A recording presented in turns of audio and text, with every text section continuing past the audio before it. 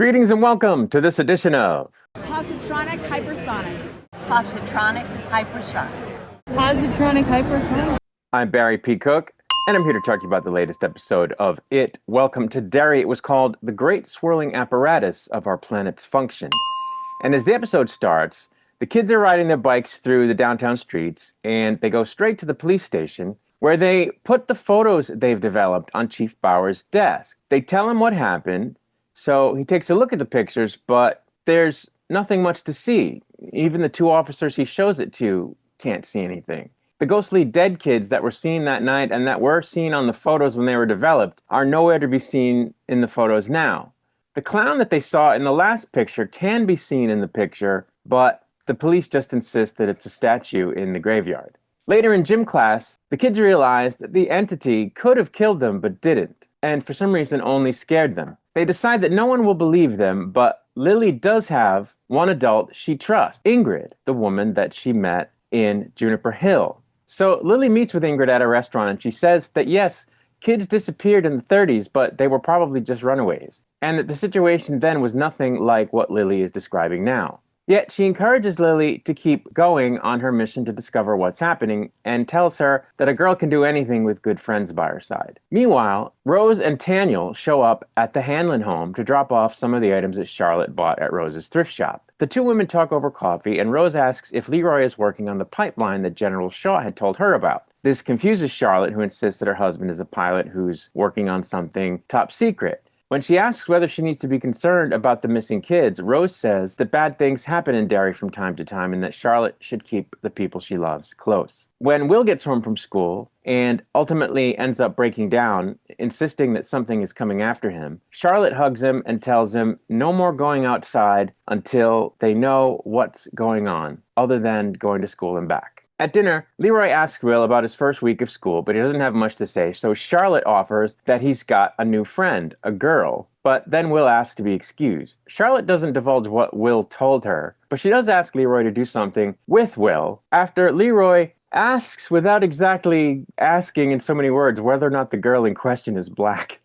So the two go fishing that weekend, and while Will is bored, he does end up catching a fish that then gets away when the line breaks. So Leroy goes to the car for more lures, leaving Will alone in the knee-deep water. Of course, at that time, the entity strikes, taking the form of a burned-up Leroy and pulling Will under the water. Thankfully, Leroy hears his son scream and rushes to him just in time to save him from drowning. He didn't actually get to see what happened, but he does discover bloody scratches on Will's arms after Will tells him that what he saw was his father all burnt up in the water grabbing him. Then, both father and son see a red balloon floating across the river. Charlotte then visits Chief Bowers, where she points out that if someone is chasing the kids in the cemetery, then the police may have the wrong man in jail. She asks to speak to Hank, but she's denied permission, so she goes to his mom's house and talks to his mother and Ronnie about wanting to help. At the same time, Halloran and his fellow black soldiers are cleaning up their new hangout, the future Black Spot, when Halloran is hit by a flash of pain in his head. He sees his grandmother in the woods, telling him to watch himself and to keep his lid on tight. The next second, she's not there, but Hanlon shows up to tell Halloran what happened at the river and to demand to know what the military is looking for in Derry. But Halloran doesn't actually know, and he isn't sure he wants to. Up on the kids' balcony hangout, Will tells his friends about the river and how the entity showed him his fears. He wonders if the creature is like an animal, feeding on their fear before eating them. The conversations lead to Lily stealing her mother's anti-anxiety pills and giving some to everyone so they can take one if anything scary happens and not give in to their fear. At the same time, Charlotte returns to the police station with written permission from Hank's mother to speak to her son. She's refused again, but after threatening to call in a bus full of freedom riders and prominent political figures in the equal rights movement, the cop on duty breaks down. Charlotte tells Hank to file papers alleging prejudicial treatment against the police so he can skip bail and remain on house arrest until trial. She says that at some point he'll have to go on record with the truth about where he was if he wants to get out of trouble. And so he finally reveals that the reason he's been keeping his mouth shut about his real whereabouts is that he was spending time with a married white woman that night, and he doesn't want the consequences of that to come down on either her or himself.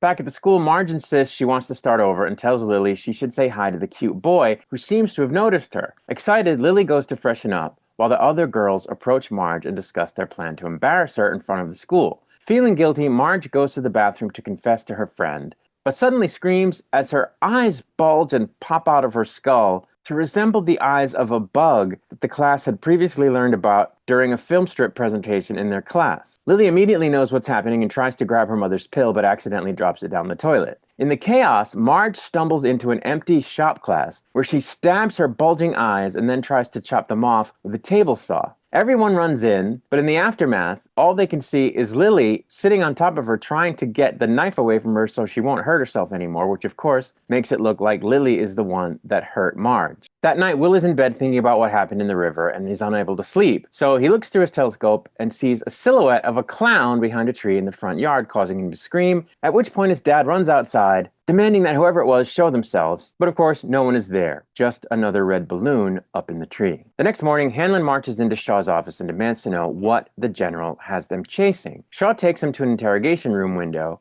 where the two watch Halloran with Taniel. He apologizes to Taniel, then puts his two fingers on his forehead before Taniel screams in pain. Halloran is in Taniel's memories now, witnessing a moment between Taniel's younger self and his Aunt Rose. She brings up their people's story of the monster in the woods, aka the Galoo, and how it's actually real, and asks Taniel to tell her the story back so she knows that he has the truth straight. So he tells the story of how millions of years ago, an evil spirit fell to Earth in a fallen star and was set free. He explains that the star it came from was used to create a weapon, a dagger to fight the monster. However, when settlers arrived in the area and didn't listen to the locals' warnings to stay out of the woods, the entity killed them all. It fed on them, growing stronger and more powerful until it could hunt outside the woods. A single dagger could no longer protect the village, so one member of the tribe, a young girl who doesn't want to have to leave the area to escape the monster, takes the dagger into the woods to gather more pieces of the sacred star to fashion into a weapon. When the adults realize what's happened, a search party is formed, led by the girl's mother. But when they went into the woods without protection, the entity appeared as the things they feared the most and killed them all. Refusing to relent, even then, the girl leads another group into the woods to break off shards of the ancient star, after which she and the others formed a plan not to kill the monster, but to cage it by burying 13 shards in a circle around the woods. In the memory, just after Taniel finishes telling the story, Aunt Rose freezes, and Halloran appears in front of young Taniel, asking him how to find the shards. Taniel then tells him to follow the tunnels under the old well, and the episode ends with a reveal of the old, dilapidated house that serves as Pennywise's lair. And that's where the episode ended. So, I'm continuing to like this show. I know I sound like a broken record at this point, but it's very well done. It's very creepy. It's the creepiest show I've seen in a long time. And just, gives me the heebie-jeebies in a way that other shows haven't in a long time. The scene with the bulging out eyes was just hard to watch. And I'm a guy that likes to watch the gore and all that stuff. I like blood flying around and limbs flying around and so forth. I like that stuff. But the eye thing, man, was that gross and hard to watch. And just, kudos to them for that horror element. It was insane.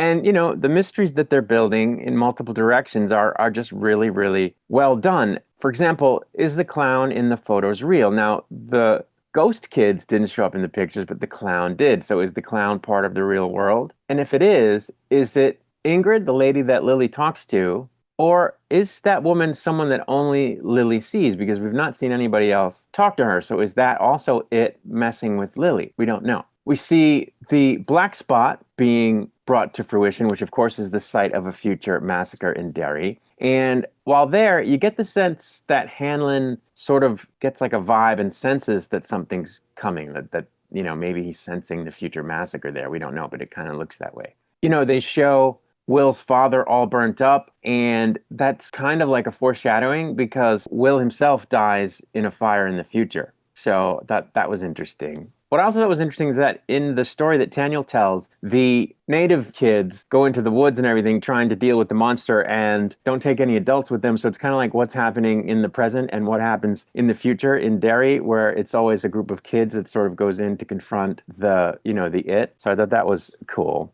that, that it's been happening from the beginning. Another thing I noticed is it seems to me that Hanlon didn't so much hear Will calling for help the two times that he needed help in this episode, but sensed it instead. I don't know if it's just the way they did the editing that made it seem like that to me, but it's almost like he doesn't hear him, but instead senses that something's wrong. So I don't know. I could be wrong about that. I don't know why he would sense something. We don't have any indication that he's psychic. It was kind of weird. So we'll have to see if that goes anywhere. But there was also great gore in other parts of the story, in the memory specifically, where the tribe, goes into the woods looking for the kids without any protection because they don't have the shard. And what does it do? It separates them. It gets them to go in different directions like it always does, and then takes them on one by one to kill them. And the last person that it kills is the young native girl's mother. And it attacks her in the form of what looked like a priest from the colony. And it ends up like getting all big and grotesque, and the teeth come out, and the chest cavity bursts open, and a like killer baby comes out and like stabs it was just insane. So it's just a very creepy show, a very scary show, and I love the 60s aesthetic. I think that even adds to it because that is supposed to give you a feeling of idyllicness and tranquility, and it's juxtaposed with everything else that's very much not that going on in the town, and it just adds to the creep factor. And so I'm just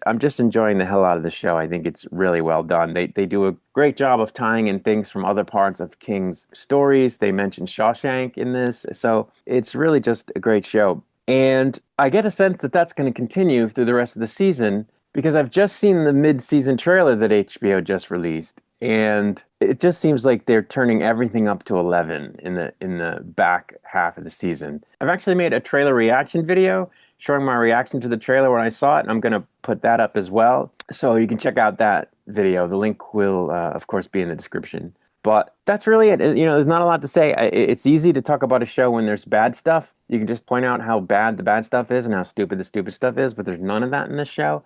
There's just a lot of great stuff going on, and I think I've pointed out all of it. So I'm going to get out of here, but I'll be back with another video soon. Until I return, I wish you peace and long life.